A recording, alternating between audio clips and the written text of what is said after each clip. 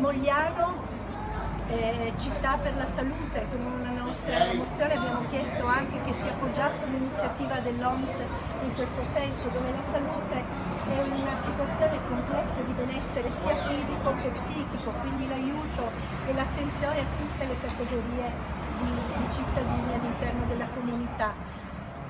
Su questo solco e su tante altre nostre azioni proseguirà l'attività di Roberta, di tutto il gruppo di candidati consiglieri qui di Mogliano che hanno sostenuto queste battaglie insieme a me.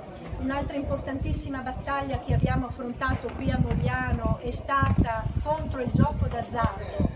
Primo comune Emiliano-Veneto d'Italia a dotarsi di un regolamento comunale. Questa istanza noi l'abbiamo presentata nel momento in cui in via Roma, nella via che c'è al di là della ferrovia, si stava per aprire una sala scommesse a ridosso di alcuni centri sensibili, punti sensibili che sono costituiti dalle scuole, dai centri di aggregazione giovanile per anziani, ufficio postale, banca ed altro, chiesa, eccetera, eccetera. Bene, ci siamo opposti in che modo? Chiedendo subito in Consiglio Comunale questo regolamento e l'adesione anche alla rete dei sindaci contro il gioco d'azzardo per la legalità.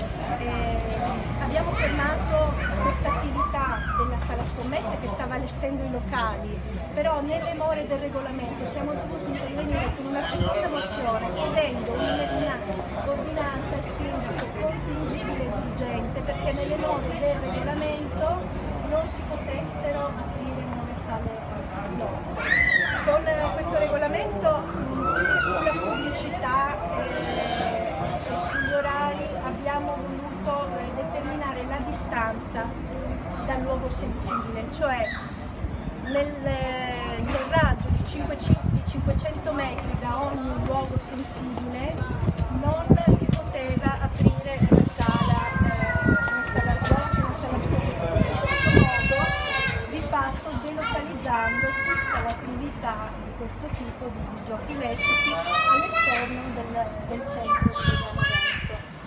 Questo regolamento ha resistito sia al TAR che al Consiglio di Stato facendo giurisprudenza, perché poi comunque si sono dotati di questo regolamento, l'hanno costruito proprio sul modello di Mogliano-Veneto. Quindi abbiamo chiaramente questa battaglia è stata condotta dal nostro senatore Endrizzi, in primis, che ha portato veramente tantissima attenzione sul fenomeno.